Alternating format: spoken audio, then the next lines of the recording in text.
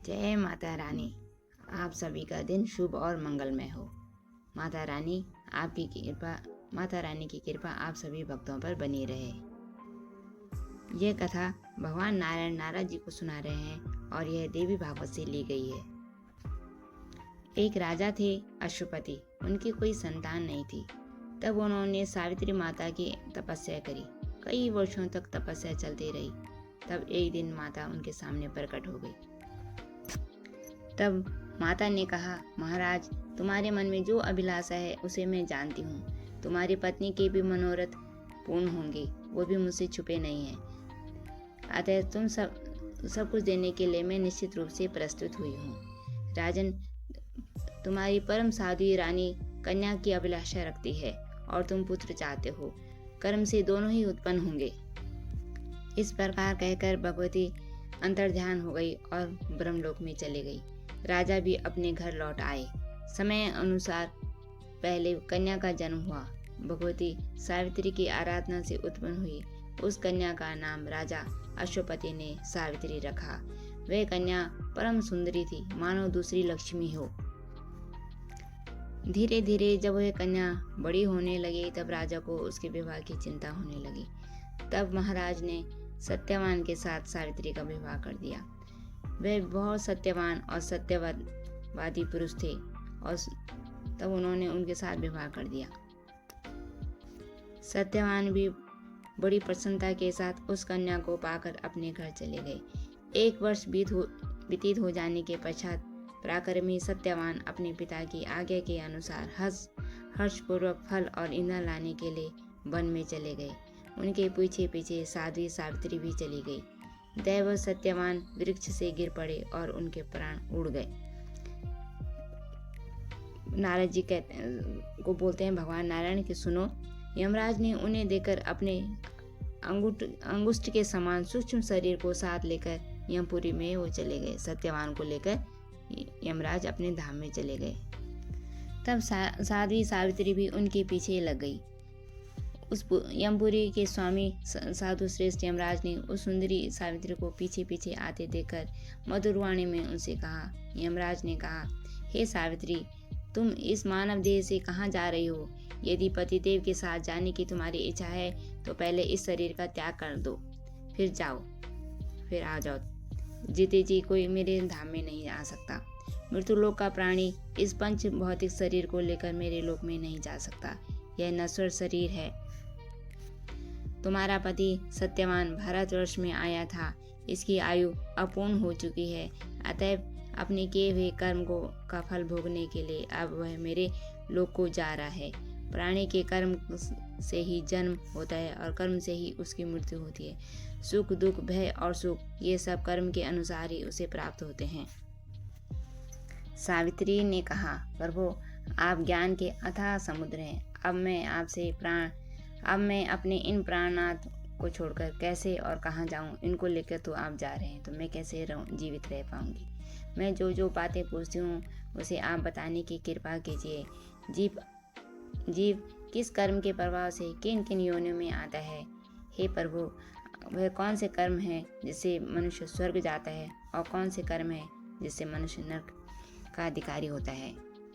तब धर्मराज ने कहा, पुत्री, अभी तुम हो तो बहुत छोटी, पर बातें इतनी बड़ी बड़ी ज्ञानियों जैसी कर रही हो। मैं तुमसे प्रसन्न हूँ। जिस प्रकार से भगवान नारायण लक्ष्मी के साथ रहते हैं, भवानी शंकर के साथ रहती है, अदिति कश्यप के, अहिल्या गौतम के, सची इंद्र के, रोहिणी चंद्रमा के, रति कामदेव के साथ रहते हैं, सुहा अग्नि के और स्वधा पितरों के, ज्ञान संज्ञा के वरुण के, दक्षिणा यज्ञ के, पृथ्वी वराह भगवान के और देव सेना कार्तिकेय के पास रहती है। वैसे ही हे सौभाग्यवती प्रिया बनकर तुम शोभा पाते रहो। तुम भी वैसी ही रहो और सत्यवान की प्रिया बने रहो। मैंने ये तुम्हें वर दे दिया। महाभागे, अपने इसके अतिरिक्त जो भी तुम्हारी मन में है वह भी वर मांगो। मैं तुमसे प्रसन्न हूँ और वर देने के लिए तैयार हूँ। तब सावित्री बोली, हे प्रभु, सत्यवान से मुझे 100 पुत्र प्राप्त हों, यही मेरा अभिलाषित वर है। साथ ही मेरे पिता की भी 100 संतान हों। मेरे ससुर को नेत्र उपलब्ध हो जाएं, उन्हें पुनः राज्य प्राप्त हो जाए। यह भी मैं चाहती हूँ। हे जगत प्रभु, सत्यवान के साथ में लंबे समय तक रहकर अंत में श्री हरि के धाम में जाऊँ, यही वर आप देने की कृपा कीजिए। तब धर्मराज ने कहा, ठीक है, ऐसे ही होगा। मैं तुम्हें ये सब देता हूँ जो तुमने मांगा है। तब सावित्री ने कहा, धर्मराज, किस कर्म के प्रभाव से पुण्यात्मा पुरुष स्वर्ग अथवा नरक में जाते हैं, वे बताने की कृपा करें। तब धर्मराज बोले, हे पुत्री, ब्राह्मण को अन्न दान करने वाला पुरुष शिवलोक में जाता है और दान के हुए अन्न में जितने दाने हैं उतने वर्षों तक वह वहाँ निवास करता है। अन्न दान से बढ़कर दूसरा कोई दान न हुआ है और न होगा। इसमें भी किसी पात्र की परीक्षा नहीं करनी चाहिए। जिसको जरूरत है उसको दान देना चाहिए। यदि ब्राह्मण अथवा देवताओं को आसन दिया जाए तो 1000 वर्षों तक भगवान विष्णु के लोक में जाने की उसे सुविधा प्राप्त होती है। जो पुरुष ब्राह्मण को दूध देने वाली गौ का दान करता है, वह उस गाय के शरीर में जितने रोए हैं उतने वर्षों तक उसे उस लोक में रहने की सुविधा प्राप्त होती है। यह गौदान साधारण दिनों की अपेक्षा पर्व के समय 4 गुना और तीर्थ में 100 गुना और नारायण क्षेत्र में कोटि गुना फल देने वाला होता है। जो मानव भारतवर्ष में रहकर भक्ति पूर्वक ब्राह्मण को गौ प्रदान करता है, वे हजारों वर्षों तक चंद्रलोक में रहने का अधिकारी बन जाता है। दूध देने वाली गौ ब्राह्मण को देने वाला पुरुष उसके शरीर में जितने रोए हैं, अर्थात उस गाय के शरीर में जितने रोम हैं, उतने वर्षों तक उसे विष्णु लोक में रहने की सुविधा प्राप्त होती है। ब्राह्मण को सुंदर छत्र दान करने वाला हजारों वर्षों तक वरुण के लोक में आनंद रहता है। हे पुत्री, जो दुखी ब्राह्मण को 2 वस्त्र प्रदान करता है, वे 10,000 वर्षों तक वायुलोक में रहता है। वस्त्र सहित शालिग्राम का ब्राह्मण को देने के लिए अर्पण करने वाला पुण्यात्मा पुरुष लंबे समय तक भगवान वैकुंठ के धाम में रहता है। शालिग्राम दान करने का भी बहुत बड़ा महत्व है। मनोहर दिव्य सैया ब्राह्मण को देने से दीर्घ काल तक चंद्रलोक में प्रतिष्ठित होता है। सैया माने बिस्तर वगैरह जो होते हैं। जो देवताओं और ब्राह्मणों को दीप दान करता है, वह अग्निलोक में वास करता है। भारतवर्ष में जो मानव ब्राह्मणों को हाथी दान करता है, वह इंद्र की आयु पर्यंत उनके आदि आसन पर विराजमान होता है। ब्राह्मण को घोड़ा देने वाला भारतवर्षी मनुष्य वरुण लोक में आनंद का भागी होता है। यही नहीं, वह उत्तम लोक में भी आनंद प्रदान करता है। यही फल उत्तम शिविका पालकी प्रदान करने का भी है। ब्राह्मण को उत्तम बगीचा देने वाला पुरुष वायुलोक में जाता है। जो ब्राह्मण को पंखा और सफेद चंवर अर्पण करता है, वह इस वायुलोक में सम्मान पाता है। धन और रत्न देने वाला पुरुष दीर्घायु तक और विद्वान होता है। यानी मतलब धन भी ब्राह्मणों को दे सकते हैं। दाता और प्रतिग्रहता दोनों ही बैकुंठ में चले जाते हैं। जिसने दिया और जो ले रहा है, वो दोनों ही बैकुंठ का अधिकारी हो जाते हैं। जो भारतवर्ष में रहकर निरंतर श्री हरि का नाम का कीर्तन करता है, उस चिरंजीवी मनुष्य को देखते ही मृत्यु भाग जाती है। भारतवर्ष में जो विद्वान पुरुष पूर्णिमा की रात में आनंद का मनाता है, भगवान का कीर्तन करता है, वह जीवन मुक्त है। इस लोक में सुख भोकर अंत में वह भगवान श्री हरि के धाम को प्राप्त होता है। उत्तरा फागुनी में जो उत्सव मनाते हैं, इससे दुगना लाभ मिलता है। जो भारतवर्ष में ब्राह्मण को तिल दान करता है, तिल दान की भी बड़ी महिमा है, वह शिव जी के धाम में सम्मान पाता है। इसके बाद उत्तम योनि में जन्म पाकर चिरंजीवी व सुखी होता है। तांबे के पात्र में तिल रखकर दुगना फल प्राप्त होता है। तांबे के पात्र में तिल भर दो और तब उसको ब्राह्मण को दे दो या मंदिर में दे दो, तो उसका दुगना फल प्राप्त होता है। जो सुयोग्य और सदाचार संपन्न कन्या को आभूषणों से अलंकृत करके वस्त्र सहित भार्या बनाने के लिए ब्राह्मण को अर्पण करता है, वह दीर्घ काल तक चंद्रलोक में प्रतिष्ठित रहता है। यह कन्यादान की भी बहुत बड़ी महिमा यहाँ बताई गई है। तदंतर उसका गंधर्व लोक में स्थान निश्चित होता है। उसके दिन रात शुभ भोग में व्यतीत होते हैं। जो मानव ब्राह्मण को फल का दान करता है, वह इंद्रलोक में सम्मान पाता है। फिर उत्तम योनि में जन्म पाकर वह सुयोग्य पुत्र प्राप्त करता है। फल वाले वृक्षों के दान की महिमा इससे 1000 गुना अधिक बताई गई है। अथवा ब्राह्मण को केवल फल का भी दान करने वाला पुरुष दीर्घ काल तक स्वर्ग में रहने का अधिकारी बन जाता है। जो पुरुष कार्तिक मास में श्री हरि को तुलसी अर्पण करता है वह 3 युगों तक भगवान के धाम में रहता है। फिर उसे उत्तम कुल में उसका जन्म होता है और निश्चित रूप से भगवान के प्रति उसके मन में भक्ति उत्पन्न होती है। भारत में रहने वाला जितेंद्र पुरुष में वह प्रमुख होकर भूमंडल पर रहता है। जो पुरुष अरुणोदय के समय मध्य समय में गंगा में स्नान करता है उसे दीर्घ काल तक भगवान श्री हरि के मंदिर में रहने का लाभ प्राप्त होता है। वह उस उत्तम योनि में आकर भगवान श्री हरि के मंत्र की उपासना करता है और शरीर धारण के रहता है। अतः यथा समय मानव देह को त्याग कर भगवान के धाम में जाता है।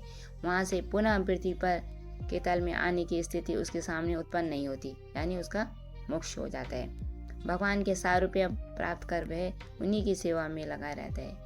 गंगा में सर्वदा स्नान करने वाला पुरुष सूर्य की भांति भूमंडल पर पवित्र माना जाता है। उसे पद पद पर अश्वमेध यज्ञ का फल का अधिकारी होता है। यह निश्चित बात है। बैसाख के महीने में ब्राह्मण को सत्तू दान करने की बहुत बड़ी महिमा है। भगवान उस पर अति प्रसन्न होते हैं, फिर उसे अपने धाम में ले जाते हैं। भारतवर्ष में रहने वाला प्राणी श्री कृष्ण जन्माष्टमी का व्रत करता है वह 100 जन्मों के पापों को से मुक्त हो जाता है। इसलिए कृष्ण जन्माष्टमी का व्रत अवश्य करना चाहिए। यह दीर्घ काल तक विष्णु लोक में आनंद का भाग्य होता है। फिर उत्तम योनि में उसका जन्म होता है और श्री कृष्ण के प्रति उसकी भक्ति बनी रहती है। यह निश्चित बात है। इसी प्रकार शिवरात्रि का भी बहुत बड़ा महत्व है। शिवरात्रि का व्रत करने वाला पुरुष दीर्घ काल तक शिवलोक में रहता है। जो शिवरात्रि के दिन भगवान शंकर को बिल्व पत्र चढ़ाता है वह अनेक युगों तक कैलाश में सुखपूर्वक वास करता है। पुनः श्रेष्ठ योनि में जन्म लेकर भगवान शिव का परम भक्त बन जाता है। जो पुरुष चैत अथवा माघ मास में भगवान शंकर की पूजा करता है और भक्तिपूर्वक नित्य करता है, वह चाहे 1 मास हो, आधा मास हो, 10 दिन हो, 7 दिन है अथवा 2 ही दिन या 1 ही दिन, ऐसा क्यों ना करे।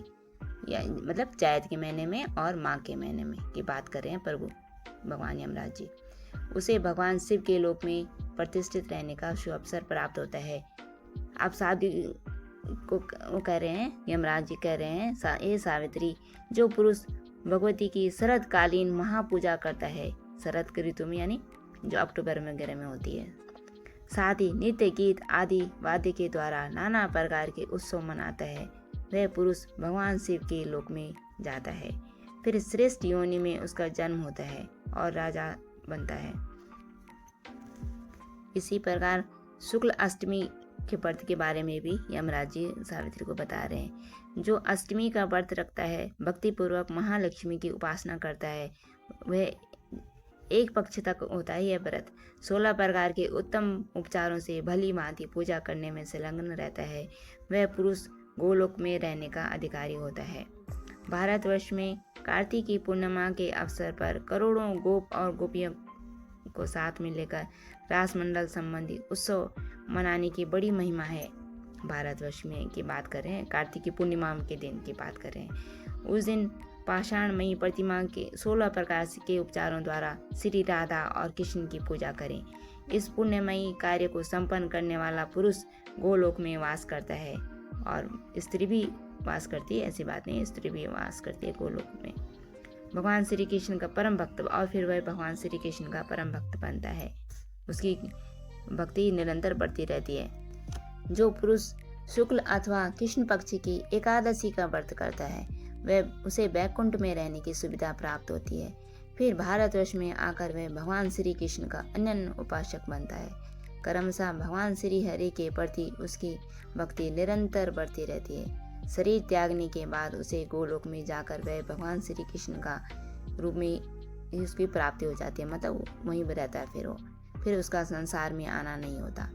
वह पुरुष जो पुरुष भाद्रपद मास की शुक्ल द्वादशी तिथि के दिन इंद्र की पूजा करता है वह सम्मानित होता है। जो प्राणी भारतवर्ष में रहकर रविवार, संक्रांति अथवा शुक्ल पक्ष की सप्तमी तिथि को भगवान सूर्य की पूजा करता है और उसे सूर्यलोक में रहने की सुविधा प्राप्त होती है। फिर भारत वर्ष में जन्म पाकर आरोग्यवान और धनाढ्य पुरुष बनता है। ज्येष्ठ माह की कृष्ण चतुर्दशी के दिन जो व्यक्ति भगवती सावित्री की पूजा करता है वह ब्रह्मा के लोक में प्रतिष्ठित होता है। फिर वह पृथ्वी पर आकर श्रीमान और अतुल संपत्ति वाला पुरुष बनता है। साथ ही वे चिरंजीवी, ज्ञानी और वैभव संपन्न होता है। अब जो मानव माघ मास के शुक्ल पक्ष की पंचमी, जिस दिन पंचमी की तिथि होती है उस दिन माघ के महीने में भक्तिपूर्वक सरस्वती माता की पूजा करता है, उसे मणिद्वीप में स्थान पाता है, वह मणिद्वीप का अधिकारी बन जाता है। जो प्राणी ब्राह्मणों को मिष्ठान का भोजन कराता है वह उसे विष्णु लोक में रहने की सुविधा प्राप्त होती है। जो व्यक्ति भगवान श्री हरि के नाम का कीर्तन स्वयं करता है अथवा दूसरों को भी कीर्तन करने के लिए प्रेरित करता है वह एक युग तक वैकुंठ में रहने की सुविधा प्राप्त होती है।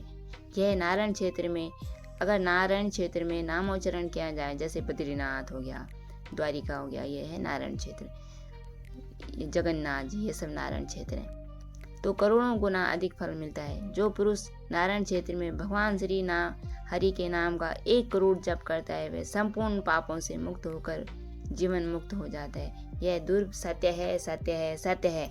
यह बात भगवान यमराज जी बता रहे हैं सावित्री को। इसी प्रकार बहुत से शुभ कर्म हैं जिससे प्रभु प्रसन्न होते हैं और फिर वह स्वर्ग का अधिकारी बन जाता है। फिर नरकों का वर्णन भी यमराज जी बता रहे हैं सावित्री को, वह आप अगले अंक में सुनेंगे, क्योंकि वीडियो बहुत लंबी बन जाएगी। इसके लिए आप सब्सक्राइब कर दीजिए ताकि आपकी अगला अंक छूटे नहीं। अगले अंक में हम नरकों का वर्णन सुनेंगे। आप मेरे चैनल में बने रहने के लिए आपका बहुत बहुत धन्यवाद। मिलते हैं शीघ्र ही अगले अंक में।